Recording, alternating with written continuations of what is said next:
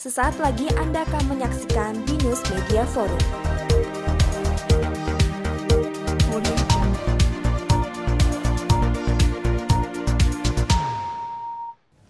Media sebagai sumber informasi semakin berkembang, khususnya di Indonesia. Berbagai perusahaan media pun menciptakan produk yang digemari dan diinginkan oleh para penikmatnya untuk memenuhi kebutuhan informasi. Salah satunya adalah MRA Broadcast Media Division yang juga sekarang merepresentasikan produknya untuk dinikmati oleh khalayak. Oleh karena itu, pemirsa, kita akan membahasnya dalam Binus Media Forum kali ini.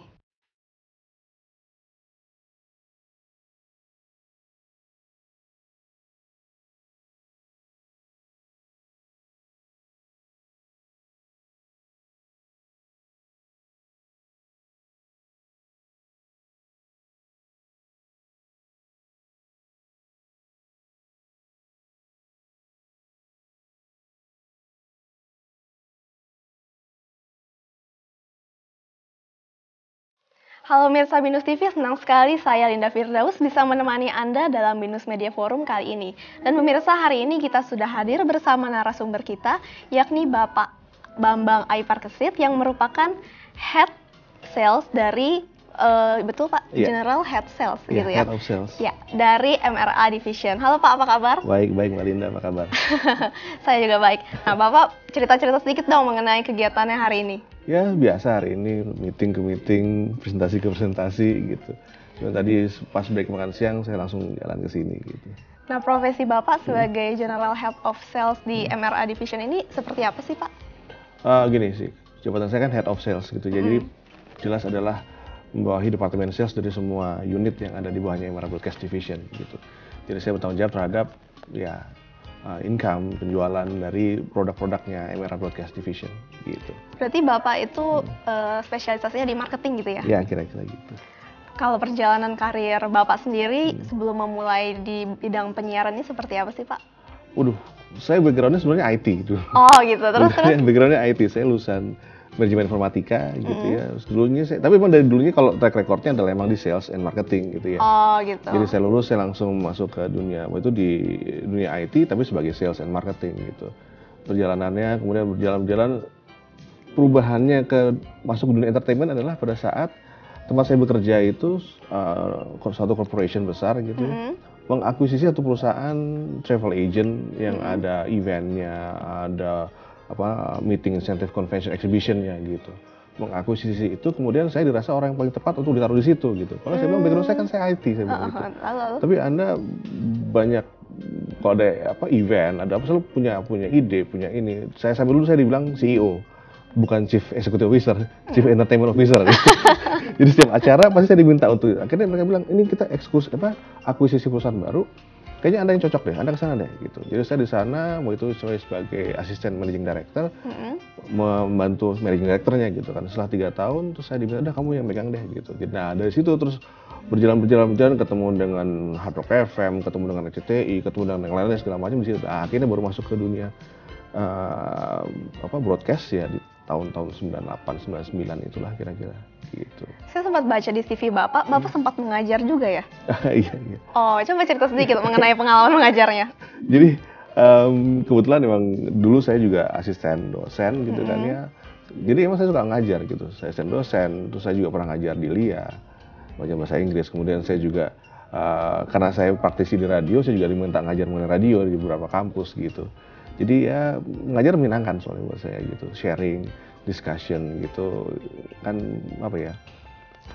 menambah wawasan juga, dan kalau siap sharing nggak akan mengurangi ilmu yang ada di saya kan gitu sih saya pikir. Lalu latar belakang Bapak ini kan macam-macam nih, dari IT, terus event organizer, terus guru juga, sekarang jadi General Head of Sales di MRA. Bukannya Head of Sales? Head of Sales. Ya. Nah itu seperti apa sih Pak? Bisa saling mempengaruhi kah atau sebenarnya nggak ada hubungannya sama sekali gitu? Jadi saya lebih kaya dibandingkan yang lain gitu sih. Jadi pada saat saya ngobrol dengan klien yang hubungan sama IT, saya bisa ngobrol gini. Saya ada klien saya ada Acer, ada yang lain-lain gitu ya. Dia bisa ngobrol gitu, saya bisa ngikutin karena saya backgroundnya itu gitu. Kemudian pada saat kita ngobrol mengenai pendidikan, saya juga bisa ngobrol banyak gitu karena saya juga ketemu di situ. Jadi akhirnya saya ngerasa bahwa saya mungkin dibandingin orang-orang sales yang lain punya kelebihan karena saya banyak tautan kaitan dengan bidang-bidang yang lain gitu. Saya pernah kerjain, kalau Anda nggak percaya gitu, saya pernah kerjain apa namanya di jalan tol itu message information systemnya gitu, jalan macet yang gitu. Oh, Itu oke, saya oke, pernah oke. kerjain itu gitu. Jadi artinya di banyak hal saya pernah terlibat dan rata-rata di sales gitu. Jadi artinya benang merahnya ada satu, sales itu tadi gitu. Jadi passion Bapak memang di sales atau secara kebetulan aja nih? Karena kebetulan saya tukang ngomong dulu, mungkin yang ngomong gini, entertainment akhirnya arahnya ke situ sih, ke sales gitu and marketing gitu ya. Tapi kok awalnya bisa masuk IT? Nah, karena dulu saya cuma mikir gini, saya anak tentara, yang jelas saya pikir kalau saya mau jadi somebody harus cari duit sendiri gitu. Karena nggak mungkin saya ngandelin bapak saya, ngandelin segala macam, pasti sendiri gitu kan ya. Yang paling cepat kerja saya pikir adalah kalau nggak komunikasi, IT. Gitu. Karena di mana-mana pada saat tahun itu gitu ya. Saya kan mulai kuliah tahun 87. Mungkin belum lahir ya. Belum. Saya tahun 87, saya mulai kuliah gitu. Nah, pada saat saya mikir yang tahun ke depan ini pasti ada apa? Pasti ada komputer gitu. Jadi akhirnya saya pikir saya ambil IT aja deh gitu. Walaupun akhirnya di tengah-tengah belok-belok sana sini saya di sini gitu ya. Tapi ya that's life gitu ya. Yang saya ambil adalah follow your passion itu aja. Tapi sejauh mana sih pengalaman pendidikan Bapak ini mempengaruhi karir Bapak saat ini?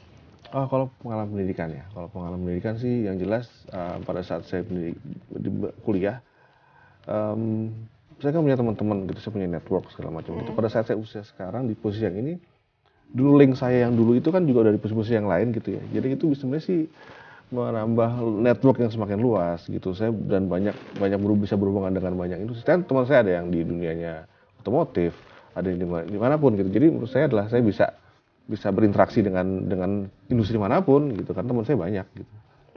Gitu sebenarnya. Jadi kalau secara itu, dan saat ini semua industri, semua pekerjaan adalah berbasis IT kan. Semua itu di kantor segala macam. Jadi bagi saya lebih mudah memahaminya. Saya bisa pengetahuan saya lebih tinggi dibanding yang lain untuk hal itu gitu.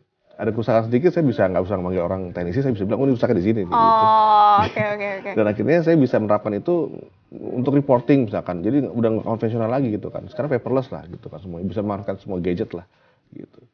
Kita sekarang presentasi udah nggak perlu pakai nggak perlu pakai infocus segala macam, karena kita udah pakai wifi aja, pakai gadget yang kita pakai gitu kan ya. Kita koneksi dengan beberapa orang, langsung bisa update di situ gitu, by gadget kita gitu. Lalu MRA Broadcast ini spesialisasinya di radio ataukah ada media-media lain juga, Pak? Kalau MRA Broadcast-nya memang radio. Memang radio. Memang radio gitu ya. Jadi kalau di MRA Broadcast itu kan bagian salah satu divisi dari MRA secara keseluruhan. MRA Holding. MRA Holding itu ada 6 divisinya. Itu. Jadi salah satunya adalah radio. Medianya ada 2, radio sama printing. Gitu. Yang lainnya ada hotel, ada food and beverage, ada otomotif, ada retail gitu ya. Tapi yang broadcast itu adalah ada 2, radio dan business unit. Radionya itu ada beberapa brand, yang di situ ada Hard Rock FM, ada iRadio Network, ada Trax FM, ada Cosmopolitan, ada Brava gitu ya. Kemudian business unitnya ada M&A agency, kemudian ada juga yang Q Research, yang research company, dan ada lagi yang digital, yang online, gibu.com gitu. Tapi memang backbone-nya adalah radio grupnya ini gitu. Karena nggak cuma di Jakarta kan, kita ada di Jakarta, Bandung, Surabaya, Medan, Makassar, Banjarmasin gitu. Tapi kok Bapak bisa tertarik sih masuk ke radio dari event organizer, tiba-tiba masuk ke radio? Jadi itu dikasih tantangan waktu sebenarnya sih gini. Waktu itu saya lagi event itu kebetulan gini. Event itu saya ngurus nonton barangnya F1. Nonton barang F1 di Hard Rock Cafe. Nonton barang F1, saya dengan Hard Rock FM waktu itu. RCTI, Hard Rock FM, sama saya waktu itu IFOS, Indonesia Film Moral Society. Terus ngobrol-ngobrol, berinteraksi lah dengan itu kan, event segala macam. Mana pada saat itu banyak media yang lihat nih saya kayak gitulah. Berapa bulan kemudian itu kan beberapa seri tuh perjalanan eventnya, nonton bareng F1 itu kan, nonton dibikin di sini, terus bicara. At the end of the race itu setelah 1 tahun, totalnya nawarin saya gitu, niat nggak kalau megang ini gitu. Itu saya pertama sih sebelum di MRA itu ya, di Pro 2 Network. Saya megang Pro 2 R Network di RRI, megang ke Semarang, di Jakarta gitu. Terus itu juga MRA juga lihat gitu. Akhirnya gitu, berapa lama tawarin gimana kalau pindah ke sini ya. Udah kita just follow the path aja lah kalau gitu. Lalu pas Bapak awal mulai di MRA Broadcast ini, posisi Bapak sebagai apa? Dulu pertama kali itu saya diminta megang MTV Sky. Dulu MTV Sky. Jadi MTV dulu di Indonesia tuh punya radionya. MTV Sky itu yang megang MRA. Nah, saya masuk ke MTV Sky, saya ditugaskan itu di Jogja. untuk megang MTV Sky Jogja gitu. Terus nggak habis itu MTV Sky Semarang gitu. Jadi selama kita kerjasama dengan MTV waktu itu ya. Jadi awalnya sih di MTV gitu. Jadi MTV Freaks gitu. Kita bilangnya MTV Freaks gitu kan. Tagline-nya waktu itu saya masih ingat, musik atau mati gitu. Kalau nggak ada musik mati aja loh gitu. Jadi itu. Kemudian setelah itu berubah kan, MTV-nya berubah, yang di Jogja jadi radio, yang di Semarang jadi Trax gitu. Tahun 2007 itu saya diminta balik ke Jakarta untuk pegang agensinya. Agensinya MRA, namanya MNI waktu itu. Jadi yang saya ngurusin radio, tapi bukan hanya radionya MRA, tapi radio seluruh Indonesia. Gitu waktu itu. Pak, saya penasaran mengenai suka dukanya bekerja di industri radio, tapi tetaplah bersama kami pemirsa setelah jeda berikut ini di Binus Media Forum.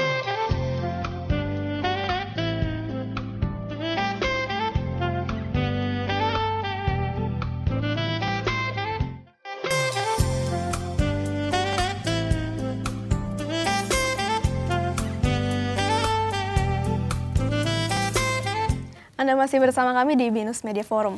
Pak, seperti apa sih suka dukanya kerja di dunia broadcast? Banyak sukanya pasti sih, ketemu artis. Terus dukanya adalah pada saat kita harus bisa melihat gini, perekonomian kan naik turun nih, gimana kita bisa tetap mengikuti alur ekonomi segala macam dan tetap bisa memberikan profit yang menarik buat perusahaan kan itu. Kalau saya kan itu sales gitu. Mungkin kalau teman-teman di program gimana caranya tetap siaran lebih keren, lebih asik gitu kan ya. Nah, dukanya adalah gimana bisa menjelaskan kadang-kadang nih idealisme klien sama idealisme program gitu kan ya. Karena kan suka nggak ketemu gitu kan. Seperti apa Pak contohnya? Contoh gini, kliennya saya pengen besok kamu ngomongnya gini ya, begini. Program bilang, nggak bisa. Di kita, saya nggak bisa ngomong kamu.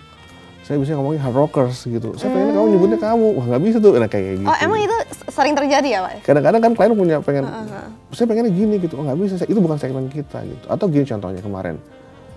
Kliennya bersedia bayar mahal. Saya pengen tapi di acara itu nanti kita berpantun ya gitu. Waduh, kalau pantun nggak bisa Pak di hard rock, saya bilang gitu kan. This is hard rock gitu kan. Head on, orang yang nggak bisa bilang pantun. Kalau radio mungkin bisa gitu. Kan makanya bedanya kalau radio kita punya segmentasi masing-masing kan gitu. Nah, kadang-kadang klien nggak mau tahu segmentasi gitu. Pokoknya gue punya duit, gue mau pasang. Ya nggak gitu juga Mas, saya bilang gitu kan. Artinya harus dengan segmentasinya gitu sih. Jadi setiap radio-radio yang berada di bawah MRA Broadcast ini beda-beda ya Pak ya segmennya? Beda segmennya. Jadi kalau kita ngomong, jadi gini. Salah satu keunggulan radio adalah itu, kita di kota besar ya, tersegmentasi dengan baik gitu ya. Jadi klien sebenarnya gampang, brand gitu ya, atau pendengarnya memilih. Saya anak muda, saya orang tua, saya wanita, saya mendengar radio mana ya gitu. Segmennya apa gitu. Kalau di kita, kalau ngomong Hard Rock FM itu jelas segmentasinya adalah buat first jobber gitu kan ya. Wise man tingkat akhir gitu, yang udah kuliah gitu, tapi belum menikah, masih single gitu. Masih mementingkan kesenangan gitu ya, belum mikirin keluarga, itu hard rock gitu kan. Begitu Cosmopolitan jelas itu buat wanita gitu. Wanita kayak gimana sih? Kan beda-beda. Di Jakarta ini banyak radio cewek loh. Ada Cosmopolitan, ada ini gitu kan ya. Nah, ini cewek yang kayak gimana sih? Kalau Cosmopolitan itu kan yang wanita modern, yang metropolis gitu, yang sudah berkeluarga gitu. Kalau Trax, anak muda yang kayak gimana? Anak muda yang seperti ini loh, anak muda yang gini, yang dia suka lagu indie, dia bisa berkreasi, dia kreatif, suka nongkrong di mall, tapi nggak terlalu hedonis yang gitu kan. Terus kalau Brava gimana? Brava buat businessman yang suka pleasure, yang sudah tahap-tahap mapan gitu kan ya. Gimana dia bisa mengembangkan perusahaannya, bisnisnya, tapi juga nggak lupa sama keluarga yang kayak gitu. Radio, kalau ngomong radio itu adalah gambaran orang Indonesia secara umum gitu kan. Suka lagu Indonesia, sangat keluarga, sangat mencintai keluarga gitu ya, terus dia family gitu ya, kayak gitu, kira-kira itu sih. Jadi memang ada segmentasinya gitu. Kalau yang paling luas dari radio mana Pak? Kalau di kita radio yang paling luas. Radio yang paling luas. Gitu. Yang paling nguntungin? Yang paling nguntungin, kalau itu relatif ya kita bilang nguntungin dari mana ya. Cuman kalau secara billing yang paling besar tetap Hard Rock FM. Tetap Hard Rock? Iya, Hard Rock FM yang paling besar billingnya di kita. Mungkin di Jakarta kali paling besar billingnya gitu. Coba Pak, bisa ceritakan sedikit mengenai terbentuknya MRA Broadcast ini. Pas awalnya itu seperti apa sih Pak? Begitu awalnya ya, awalnya itu sekitar tahun 94 dulu itu ya, 94 itu cikal bakalnya adalah Hard Rock FM. Oh, awalnya Hard Rock FM. Itu Hard Rock FM. Jadi dulu sudah ada Hard Rock Cafe, kemudian sempat orang dari Hard Rock Cafe berpikir kenapa kita tidak buat radionya segala macam gitu? Karena di Hard Rock-nya, Hard Rock headquarters-nya di Amerika itu kan Hard Rock itu ada kafe, ada hotel, ada kasino gitu. Sedangkan di Indonesia udah ada kafe, udah ada hotel di Indonesia itu. Tapi kita nggak mungkin bikin kasino kan di sini. Iya, betul. Gitu kan. Terus apa ya gitu Hard Rock itu gitu. Akhirnya kita coba itu sempat tercetus adalah kalau buat radio kayaknya menarik nih, Hard Rock FM gitu. Jadi awalnya di in-house-nya hotel, in-house-nya kafe, berkembang lah itu tahun 94 itu. Dan ternyata berkembang dengan sangat pesat gitu ya. Sekarang Hard Rock FM itu ada di Jakarta, ada di Bandung, ada di Surabaya, ada di Denpasar. Jadi yang salah satu backbone-nya MR Broadcast Division adalah Hard Rock FM Group itu. Nah, kalau kita bandingkan sekarang dengan radio-radio anak muda lain nih, kan Hard Rock ini buat anak muda nih. Dengan radio-radio lain, itu sebenarnya mempengaruhi saling bersaing gitu gak sih, Pak? Oh iya, pastinya iya sih. Jadi masing-masing punya segmentasi pasti. Masing-masing punya target market, masing-masing punya target audience gitu. Dan alhamdulillah sih Hard Rock sekarang masih tetap salah satu yang menguasai pasar secara besar gitu ya. Karena gini, kalau kita ngomong saat ini gitu kan tuntutannya adalah everybody is going digital gitu kan, semuanya gitu, gadget digital segala macam. Tinggal gimana ya radio-radio ini bisa beradaptasi dengan kondisi seperti itu gitu kan ya. Dan nggak semua radio bisa beradaptasi dengan cepat gitu. Nah, Hard Rock termasuk yang bisa dengan cepat bisa beradaptasi dengan kondisi itu gitu. Kita ngomong Twitter, kita ngomong Instagram, kita ngomong Facebook, kita ngomong apa lagi ya, name it lah, Line, Pass gitu segala macam, itu bisa diintegrasikan ke program dengan baik gitu, sehingga akhirnya itu bisa nambah konten siaran dengan bagus gitu kan. Audiens juga bisa lebih terjangkau dan akses ke radio juga makin banyak gitu sih. Gitu. Strateginya seperti apa sih untuk mempertahankan Hard Rock FM sehingga bisa tetap stabil di posisi atas gitu? Kalau yang kita adalah satu, bahwa Hard Rock ada karena pendengarnya ada. Gitu. Jadi gimana kita bisa memberikan men-serve hard rockers dengan baik gitu ya. Kita nyebut pendengarnya Hard Rock FM itu hard rockers gitu kan. Jadi kalau radio itu kan sebenarnya dua sisi yang dilihat gitu. Sisi pertamanya adalah pendengar, sisi keduanya adalah klien. Gimana kita bisa buat sinergi emotional bonding yang kuat antara radio programnya sama ini tadi klien and listeners gitu. Jadi begitu listeners bisa diserap dengan baik, bisa menerima apapun, bisa dengan suka dengarkan apapun yang diberikan oleh klien, dia akan bisa menerima gitu ya. Kliennya merasa senang kalau dia bikin event yang datang banyak, terus kalau dia bikin quiz yang ikutnya banyak gitu, terus interaksinya terjadi dengan banyak gitu, pasti akan bisa membuat ini membangkit jadi terus dia kebuah salju makin besar gitu. Karena tadi saya lihat bahwa pangsa pasar di Indonesia sangat besar gitu ya. Contohnya adalah kalau kita kemarin kita ada bikin event. Nanti hari Minggu nih kita akan ada event. Orang sama banyak event lari kan. Iya betul. Lari, fashion run lah, electric run lah gitu. Nanti kita bikinnya run Ragunan namanya. Oh, itu seperti apa, Pak? Larinya di Ragunan soalnya. Jadi nanti kayak Amazing Race gitu, ada clue-cluenya Anda harus ke tempat sini. Jadi kita bikin sesuatu beda. Orang tertarik untuk datang, untuk hadirnya menarik gitu. Sponsor juga ikut itu. Jadi kita strateginya gimana kalau ditanya adalah selalu berinovasi, selalu berpikir kreatif untuk mencari sesuatu yang baru gitu. Karena sesuatu yang benar-benar baru sih nggak ada sebenarnya kan ya. Kita hanya berusaha membuat sesuatu ini, kita twist, adapt, bikin yang baru, kita bikin inovasi yang lain, kita merge dengan yang ini, bikin sesuatu, temukan yang ini seperti itu supaya program tetap kontennya tetap menarik, buat si pendengar makin menarik, buat masuk iklan juga makin seksi gitu kelihatannya. Gitu sih. Nah tadi kalau misalnya nyelenggaran event itu hitungannya ya gampang lah. Tapi tadi Bapak nyebutin soal emotional bond ya antara pendengar dengan Hard Rock itu sendiri. Itu gimana sih Pak caranya? Jadi banyak dalam buat emosional kan pendengar suka diperhatikan gitu kan. Jadi gimana caranya mereka merasa diperhatikan gitu. Banyak sih, kita selalu menyebutnya touch the heart gitu. Touch the heart. Jadi gimana kita touch the heart of the audience, of the listeners gitu. Jadi kalau kita biasanya kita punya database kan, atau ada yang ulang tahun gitu, atau disapa di on air gitu, atau dapat hadiah, atau pada saat ini dapat undangan khusus gitu, yang datang pada saat ini dengan ini ada treatment khusus lah di kita gitu ya, yang buat pendengar merasa mereka diberikan sesuatu gitu kan, gitu kira-kira. Lalu adakah yang perlu diperhatikan dalam menjaga konten dan esensi sebuah radio, khususnya hard rock ya? Karena kita lagi ngomongin hard rock nih, dalam bidang penjualan produknya. Gitu. Karena gini, kalau kita ngomong konten, hard rock cerita tadi gitu bahwa hard rock punya satu tempat tersendiri gitu ya. Punya profiling, hard rock tuh kayak gini loh gitu. Jadi biasanya kalau kita lihat produknya, kita lihat cocok nggak nih dengan produk hard rock tadi gitu ya. Jadi kadang-kadang ada produk yang memaksakan gitu, karena ini ratingnya tinggi, yang dengar banyak. Kalau nggak masang di hard rock nggak keren gitu iklannya. Dia maksa masang, tapi iklannya nggak cocok gitu, nggak cocok karena segmennya bukan itu gitu kan ya. Jadi yang tadi adalah kita selalu menjaga supaya konten, kalau konten jelas kita punya patokan kan, ada pedoman siaran yang harus ikutin. Ada pedoman pasangan iklan yang harus diikuti. Jam berapa iklan ini boleh tayang, jam berapa boleh tayang, apa yang nggak boleh disebutin itu kita harus stick dengan itu, dengan rules yang ada. Kemudian kalau yang tadi adalah menjaga produk-produk yang masuk pun itu ya produk-produk yang sesuai dengan hard rockers gitu, dengan profilnya hard rock itu gitu. Gitu juga dengan radio yang lain gitu. Radio apa yang cocok dengan radio, apa yang cocok dengan Cosmopolitan, apa yang cocok dengan Trax FM gitu ya. Itu yang selalu kita jagain sih soal itu. Karena bukannya artinya kita menolak iklan, bukan, cuman dicari kesesuaiannya gitu, dicari pasnya gitu sih kira-kira. Lalu kriteria mau pasang iklan di hard rock gitu misalnya, itu seperti apa sih Pak? Produknya harus seperti apa sih? Yang jelas produknya sesuai dengan target audiens kita gitu ya. Misalnya adalah cool, keren gitu ya. Terus dia juga bisa dikonsumsi oleh orang-orang yang usianya adalah usia pendengar kita gitu. Kemudian dia juga bisa secara audio juga bisa dibuat sesuatu yang menarik gitu. Tapi intinya apapun bentuk iklannya, as long as itu ditujukan untuk kepada pendengar hard rock, kita bisa twist supaya dibuat jadi keren gitu sebenarnya gitu ya. Masalahnya kadang-kadang klien nggak mau iklannya diubah gitu.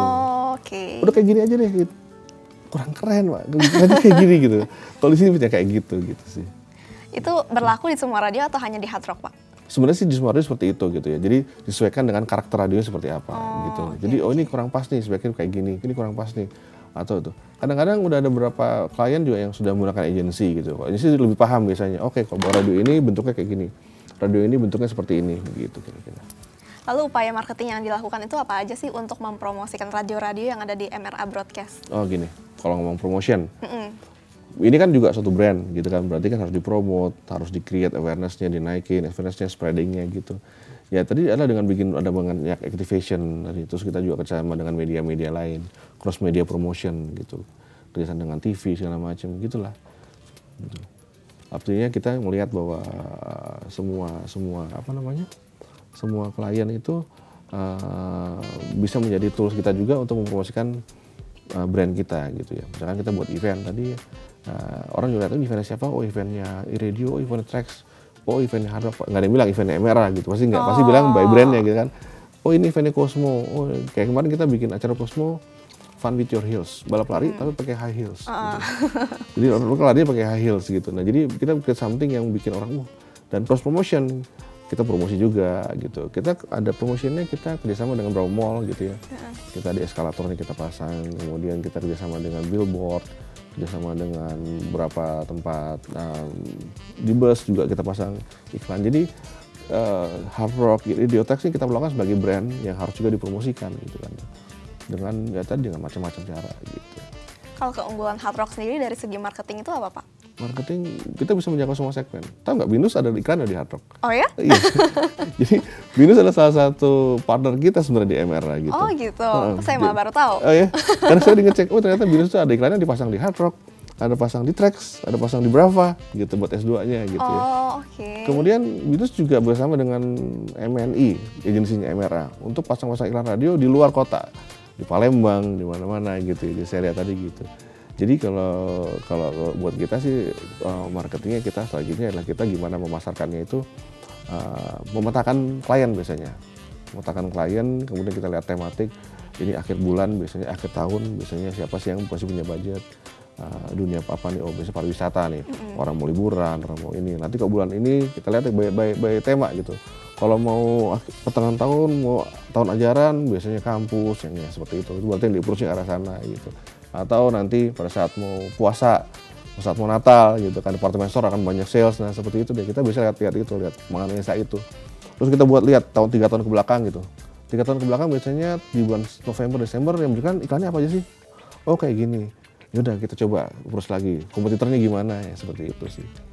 Oke Pak, sebenarnya saya penasaran mengenai bedanya radio dan TV itu apa sih, dan keunggulan radio itu seperti apa. Namun jangan kemana-mana pemirsa, tetaplah bersama kami.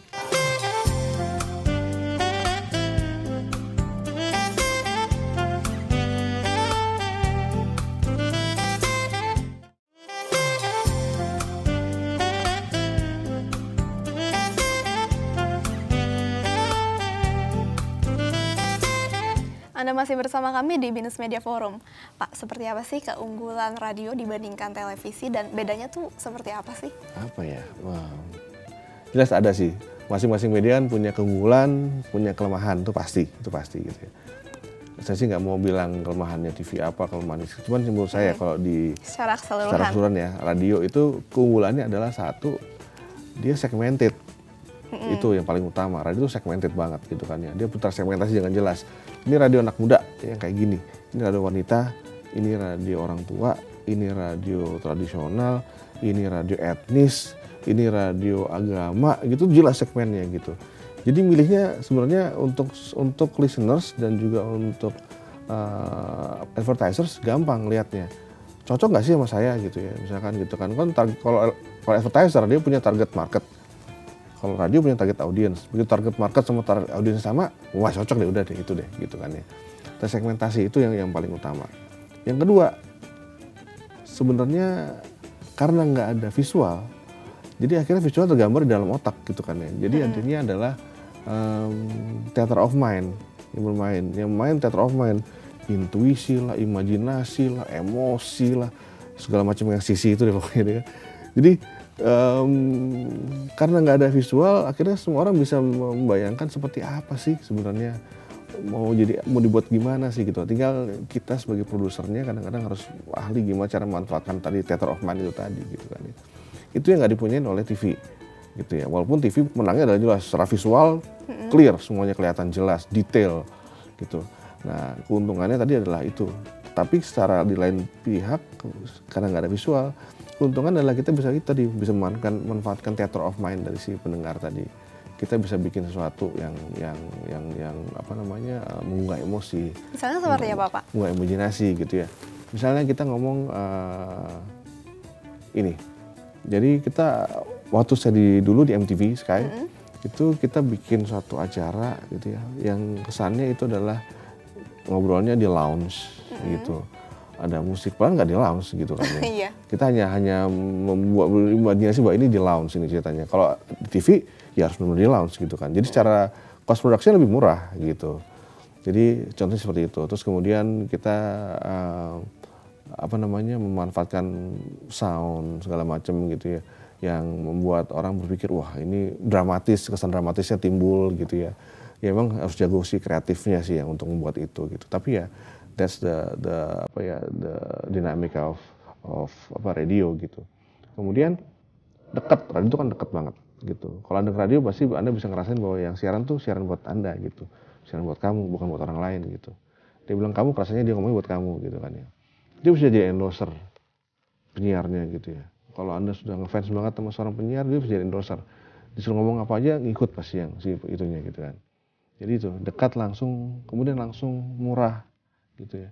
Kemudian pada saat kita ngomong informasi, ada sesuatu, radio bisa langsung menginformasikan dengan cepat saat itu juga gitu. TV butuh ada kamera, kita nggak perlu, by phone udah bisa gitu kan. Traffic report, banyak hal yang bisa dikaitkan dengan itu. Walaupun memang sekali lagi saya bilang setiap media punya kelemahan dan kekurangannya dan keuntungannya gitu, dan kelebihannya gitu kan. Mau ngomong media ruang, OH, mau ngomong billboard, mau ngomong apa, movie, mau ngomong internet pun segala macam sekarang semua punya kelemahan dan kelebihan gitu. Kalau kelemahan dari radio itu seperti apa Pak? Kelemahannya ya jelas tadi, satu adalah tidak ada visual, satu itu. Kemudian yang kedua, radio tidak bisa digunakan untuk brand-brand yang sama sekali baru. Sama sekali baru. Jadi misalkan Anda buat brand baru, apa ya kita sebut ya, misalkan minuman, namanya Brex gitu.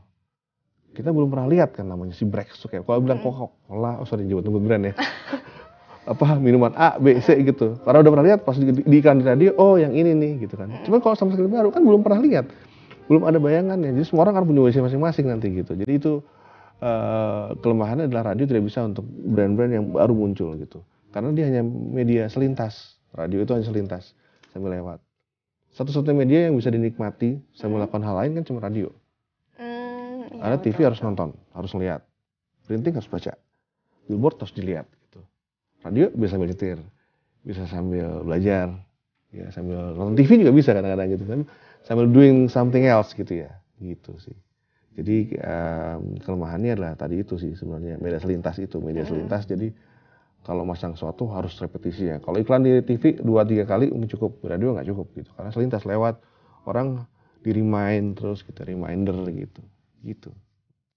Nah, ngomong-ngomong soal segmen nih Pak, gimana dengan radio yang segmennya khusus seperti Cosmopolitan FM? Nah, itu trik-triknya seperti apa sih Pak? Oke, jadi kalau kita ngomongin wanita, Cosmopolitan buat wanita. Nah, yang jelas secara basic sih kita memenuhi kebutuhan pendengar seperti apa. Nah, wanita Cosmopolitan tuh seperti apa sih? Untungnya di divisi lain kita punya Cosmopolitan Magazine. Jadi secara ada Cosmo Girl. Gitu. Jadi secara cross media sih sebenarnya menguntungkan, memudahkan karena akhirnya profilnya gambarnya jelas gitu.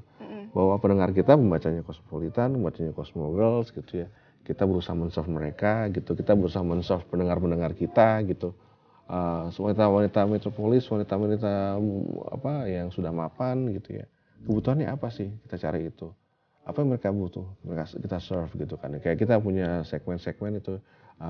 Segmen yang pagi dengan ada ngobrol mengenai anaknya, mengenai kesehatan keluarga, mengenai family. Jadi yang jelas kita harus tahu kebutuhan mereka apa yang mereka butuhin, apa yang mereka suka, apa yang membuat mereka merasa diperhatikan, apa yang membuat mereka merasa wah ini bener buat cocok buat saya nih. Nah itu yang kita harus tahu pasti. Gitu sih. Kayaknya sih itu. Jadi kita harus update dengan segmennya. Gitu. Jadi kita selalu cari creative assistant yang bisa menjiwai, bisa tahu persis seperti apa sih gitu. Jadi misalkan kalau dia harus secara experience punya pengalaman untuk segmen itu gitu. Jadi misalkan gini, creative assistant yang bekerja di Cosmopolitan tidak bisa terlalu muda karena dia belum mengalami hal-hal yang pendengarnya alamin gitu kan. Gitu kan. Akan susah bagi saya untuk menjelaskan kebutuhan seseorang berumur 35 tahun begitu saya baru 20 tahun. Gitu kan ya. Atau gimana saya harus membuat seseorang yang usianya 40 tahun dan dia sudah punya anak 2, apa sih yang dia butuhin gitu ya. Nah, jadi seperti itu gitu. Kita harus tahu persis apa yang dibutuhkan sehingga kita men-serve-nya enak. Jadi kayak di restoran, Anda tahu persis yang disukain sama yang datang ini apa nih. Jadi menunya pas, mereka nggak usah milih. Karena apapun yang dikasih pasti suka. Gitu itu. Jadi kita selalu gitu. Kalau kita analogikan dengan makanan adalah di restoran adalah kita kan server nih. Server kita ngasih sesuatu hidangan ke orang yang datang gitu ya. Nah, mereka tidak perlu buka menu karena apapun yang kita kasih udah cocok dengan apa yang pilihan dia gitu. Karena kita tahu yang dia suka apa gitu. Kalau dari segi konten, bedanya apa sih antara Cosmopolitan dengan radio-radio di bawah MRA Broadcast? Ya, secara konten mungkin kalau secara detail konten agak sedikit berbeda gitu ya. Kita bisa ngomong financial. Di Hard Rock ada financial clinic, di radio juga ada financial mengenai mengenai keuangan, di Trax juga ada. Kalau di Cosmo juga ada, tapi beda, segmennya jelas beda, disesuaikan dengan segmennya. Temanya bisa sama, tapi bukan segmennya gitu. Kalau di Cosmo berarti lebih kepada gimana financial planning, gimana Anda harus menabung untuk nanti tahun ke depan menyokong anak, gimana untuk dan seterusnya. Kalau di Trax ngomong financial, gimana sih ngolah tabungan supaya nanti Anda bisa dengan duit harian itu bisa nabung segala macam gitu. Kalau di radio beda lagi gitu kan. Kalau berapa mungkin buat investasi. Untuk Hard Rock gimana caranya mengolah kartu kredit sehingga Anda nggak jebol kartu kreditnya kayak gitu. Jadi sebenarnya sama-sama financial, cuman angle-nya aja gitu ngelihatnya gimana. Jadi sebenarnya kalau ngomong konten kita lihat adalah angle. Dari angle mana kita masuknya gitu dari itu gitu. Lebih sulit nggak sih Pak dibandingkan radio-radio lain? Sedikit karena memang akhirnya jadi ada punya batasan-batasan gitu ya. Tapi harusnya sih menurut saya sih ya nggak ada yang sulit, nggak ada yang nggak mungkin sih. Gitu. Lalu Bapak sendiri secara pribadi pernah nggak sih mengalami situasi yang sulit gitu loh dalam pelaksanaan pekerjaan-pekerjaan di bawah MRA Broadcast seperti ini? Sulit ya. Mungkin sulitnya gini waktu itu. Waktu masih dipercaya jadi operation manager di MTV Sky.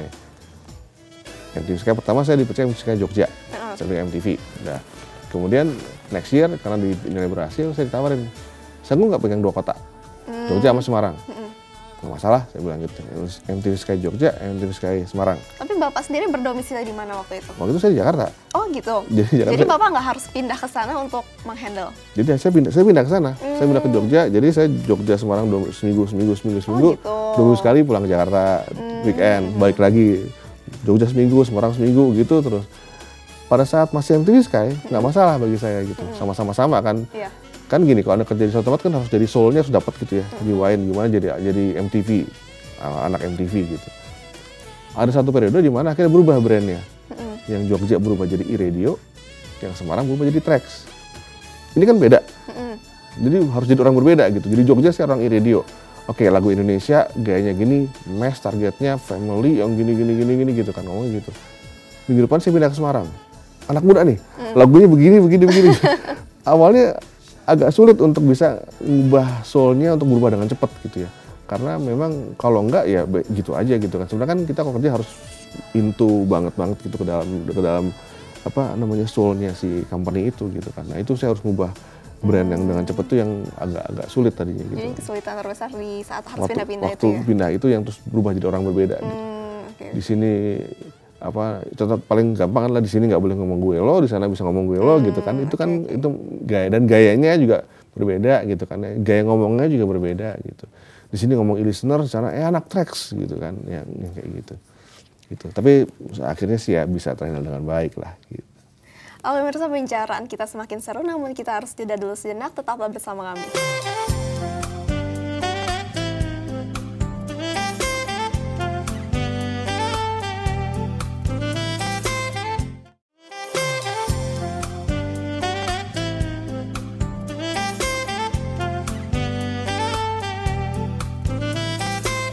Anda masih bersama kami di Binus Media Forum. Nah Pak, sebenarnya apa sih yang paling dicari oleh pendengar radio? Apakah lagu atau penyiar atau acaranya atau seperti apa sih? Oke, kalau sekarang sih semuanya sih ngarah kayaknya hooknya itu adalah lagu sepertinya.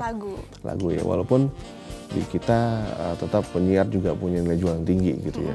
Gitu. Jadi kenapa makanya ada istilah prime time, regular time gitu kan. Kalau di prime time jelas penyiar-penyiarnya betul penyiar andal, kemudian juga itu adalah jam yang pendengarnya paling banyak gitu kan ya. Secara listener tetap ujung-ujungnya adalah lagu sebenarnya, sama konten. Habis itu konten yang bisa buat mereka senang, nyaman, buat bisa mereka ketawa, buat bisa mereka merasa happy gitu ya, buat mereka merasa bisa nyaman, senang gitu lah, kira-kira itu. Jadi memang, tapi tetap ujung-ujungnya adalah entertainment sebenarnya. Kan media kan cuma 3 fungsinya, mau entertain, information, atau persuasion kan gitu. Nah biasanya kalau dibuat di kalangan pendengar adalah information sama entertainment ya kan gitu kan. Buat kitanya ada persuasi gitu aja kan gitu. Jadi intinya untuk radio yang sangat tersegmentasi ini kita harus bisa memahami kebutuhan dari pendengar. Betul. Dan yang pasti kita juga harus selalu update dan selalu kreatif ya Pak ya? Betul, harus itu. Oke pemirsa, tidak terasa sudah 1 jam kita berbincang membahas mengenai MRA Broadcast Media Division bersama Pak Bambang A. Parkesit ya Pak ya. Dan atas kesempatan ini saya Linda Firdaus dan seluruh kru yang bertugas mengucapkan terima kasih karena telah menyaksikan Binus Media Forum. Dan jangan lupa untuk log on terus ke www.binus.tv. Sampai jumpa.